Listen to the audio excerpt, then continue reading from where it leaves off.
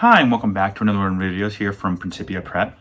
Once again, my name is Ed Zamora, and today we're going to be discussing the federal direct sub and unsub direct loans, as well as the Parent Plus loan. Now, before we begin, if you are looking for additional content on the college financial aid part or the college admissions side of this whole entire college process, please leave us a comment below. We are answering parents' questions that are left below in the comment section, as well as making new videos based on the content you guys are asking us to put out there. Now, that being said, if you are looking for also notifications of when our videos do come out, because we typically post 2 videos a week, just click the subscription button down here below and they'll notify you when new videos come out.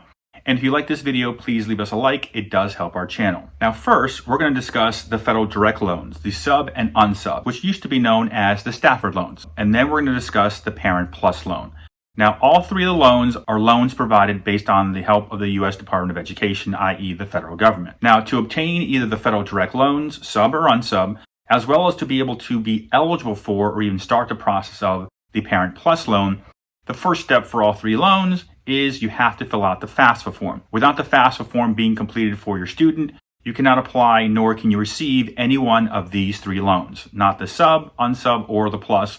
So the first starting part of this entire process is you have to fill out the FAFSA form for your student. Now, when it comes to the FAFSA form, if you'd like more insight or more information about how the FAFSA form is processed, how it works, deadlines, due dates, etc., all you need to do is below we have our link for the presentation for one of the high schools we just did recently. And in the link here and in the link below, if you click on that video, it'll show you the entire process of the FAFSA, how it works, deadlines, due dates, how it operates, how it's calculated, how they figure out how much you're supposed to pay for college, how they determine how much financial aid you should be getting, as well as the beginning stages of the federal direct loans for your student or the plus loan for yourself. The federal direct loans are always in the student's name. They have absolutely nothing to do with the parent, only the student's on there. They do not need creditworthiness. They don't need a job. They don't need anything really. The only thing they need to do is to be going off to a accredited program and to be studying at least part-time, which is typically 6 college credits or more. Full-time is typically 12. The loan itself is in the student's name. It's not being paid for until the student graduates, and they're provided a 6-month grace period after they graduate. Now, as long as your FAFSA form is complete and the financial aid forms and everything has been cleared by the financial aid office for your student will receive $5,500 in federal direct loans. Now, the way that typically breaks down is $3,500 of that loan will be subsidized and $2,000 of that loan will be unsubsidized. So what's the big difference between sub and unsub? That's what everyone wants to know. The easy way for me to explain to you is this. For a subsidized loan, what that basically means is the U.S. Department of Education, i.e. the federal government, is going to be paying your students interest on that loan for the amount of time they're in college, and then they're given a 6-month grace period. So, as an example, if your student goes off to college and they spend the traditional 4 years in college, that means the subsidized loan, those 4 years, the government will be paying your interest on that loan. And then once your student graduates, after they graduate, they have a 6-month grace period. One of the misconceptions of this entire process, especially when it comes to subsidized loans, is that people think that since you're not paying any interest and because the interest is not accrued on the subsidized loan, that there is no interest rate. It's not the way it works. There is an interest rate on your federal subsidized direct loans. However, the interest is being paid for by the U.S. Department of Education while your student's in school.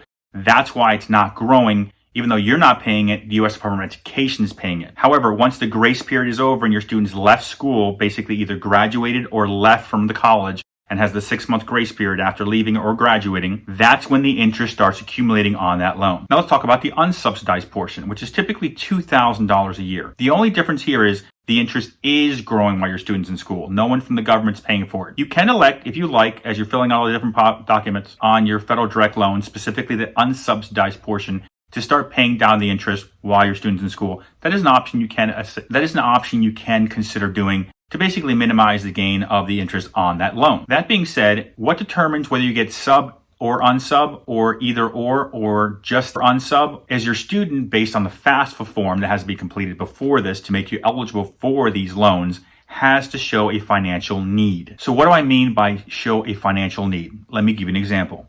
Let's say that the family fills out the FAFSA form. And the FAFSA form says all things all included. The family's expected family contribution shows that you guys can pay, let's say, $20,000 a year. And let's say the college cost of attendance, everything included, shows that the college costs $40,000 a year. So you can afford to pay $20,000 a year for the student going out to college, and the college costs $40,000. In this situation, you're showing that you have $20,000 of financial aid space for assistance.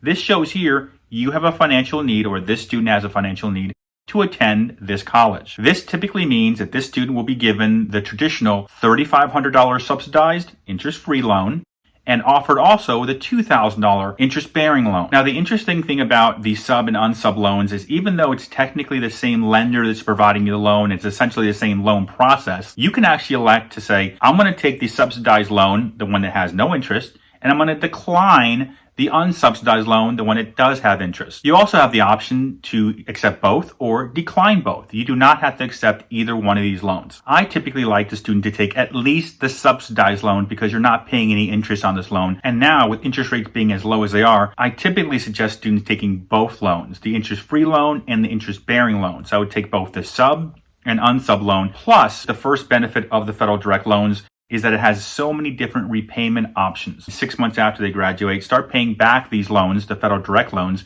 either under a standard repayment program or a multitude of different repayment programs based on income contingencies. As well as another benefit of these loans is if there's any hardships, any issues, most of the standard repayment programs are 10 years.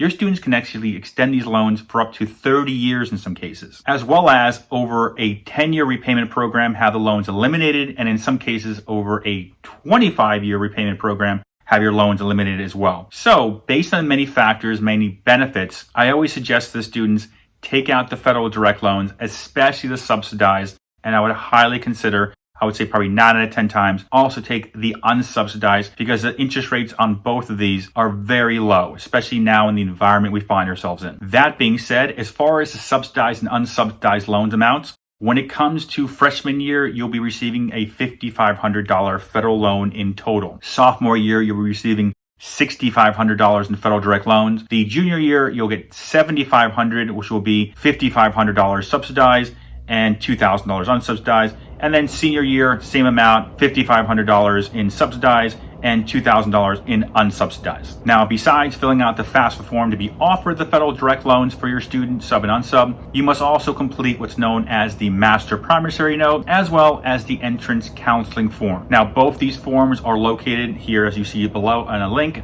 at studentloans.gov. Also in the description, we put that link in there as well. Your student has to log in there using their FAFSA login. They log in, complete the master promissory note and the entrance counseling paperwork, and then the FAFSA, these two forms, and your student accepting the loans on their award letter, that provides you the federal direct loans. Once again, in your student's name, paid back 6 months after they graduate. A lot of different benefits to these loans. So these loans are ones I would highly consider taking out. Now let's talk about the PLUS loan.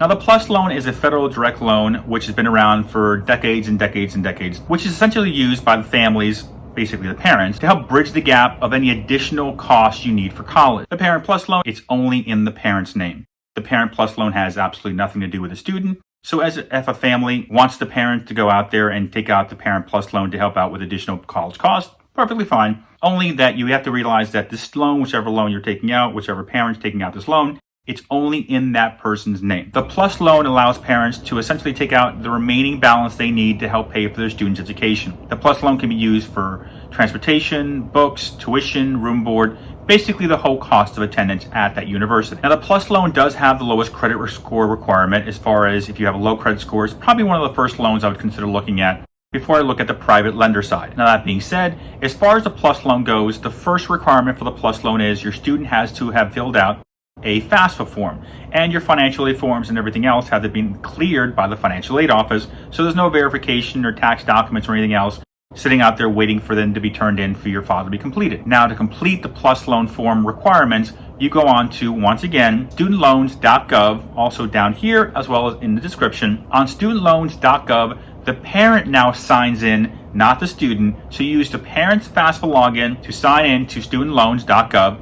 And there, you'll start the Parent Plus Loan process. When you start the Parent Plus Loan process, there's actually 2 plus loans. You have to make sure to click on the right one to start the application. There's a plus loan for undergrads, which means the parent is filling out the application to take out a loan for the student. There's also a second plus loan known as the Grad Plus Loan. You do not want to do the Grad Plus Loan. The Grad Plus Loan is only for students. They're looking to get additional loan assistance for graduate school. Now, some of the benefits of the plus loan are that they have a low credit score requirement. Now, let's say something has happened in your finances. Something unfortunately happened in a situation where your credit score is a lot lower than you expected it to be when your student head off to college. First thing I do is I look to apply for the Parent Plus Loan. One reason being is that if you are denied the Parent Plus Loan, they will actually provide your student with $4,000 of additional unsubsidized loan. If your student has already accomplished a certain amount of college credits, they will actually increase that loan by $5,000. So if you're denied, in a weird way, if you only have a small billing amount available that you need to cover, being denied the plus loan might actually be a benefit because it's actually going to increase the student's unsubsidized loan, which once again is at historically low interest rates at this point in time. Now, one of the big benefits I like about the plus loan is it stays within that one person's name. So if mom or dad takes out the plus loan, it has nothing to do with the student. So good, bad, or indifferent, if something were to happen, if there is any kind of disability or death of the parent that has taken out the loan, that loan will typically be forgiven. You could have hundreds of thousands of dollars in that loan, and it doesn't matter, that loan is now gone. Another reason I like the plus loan is because it's got a lot of additional benefits besides the disability and death benefit. You also have hardship benefits, forbearance benefits, deferment benefits. Between these 3 different issues, if you need to, you can essentially push off the loan for up to almost 30 years before you pay off the entire amount. Now, obviously, everyone's financial situation is different, everyone's life situation is different, but the plus loan is one I would consider right off the bat if you have a low credit score. Number 2, if the parents are older in age, 60s or above. Number 3, I have the opportunity to use either hardship or forbearance or deferment. These 3 different items based on using the Parent Plus Loan will allow me to essentially elongate the amount of time I have to repay this loan. The plus loan really for parents that are on the higher end of the age spectrum, let's call it, the 60, 65 range and above, I highly consider the plus loan for obvious reasons that we just discussed. Now to recap, as far as everything is concerned, Stafford loans, or I guess now we're known as the Federal Direct Loans, I'm almost always taking out both the sub and unsub loans in the student's name because there's so many different benefits. As far as a Parent Plus Loan, I'm probably starting off with that loan or looking at that loan if I have a low credit score or a parent who is higher in age because of the fact that there's so many benefits here to be able to maybe in a certain sense not have to pay off the entire loan. That being said, once again, my name is Ed Zamora from Principia Prep. As you see here, our contact information on the screen. If you do have questions or you'd like our newsletter that goes out monthly, just shoot us an email letting us know what year your student is in, what high school they're going to, and we'll shoot you out the newsletter that goes out every month telling you what you need to be doing every single month. And if you like the video, please click the like button. And if you're looking for additional videos, please click the subscription button. It will notify you of new upcoming videos. Once again, I'm Ed Zamora from Principia Prep. Thank you once again for watching our videos.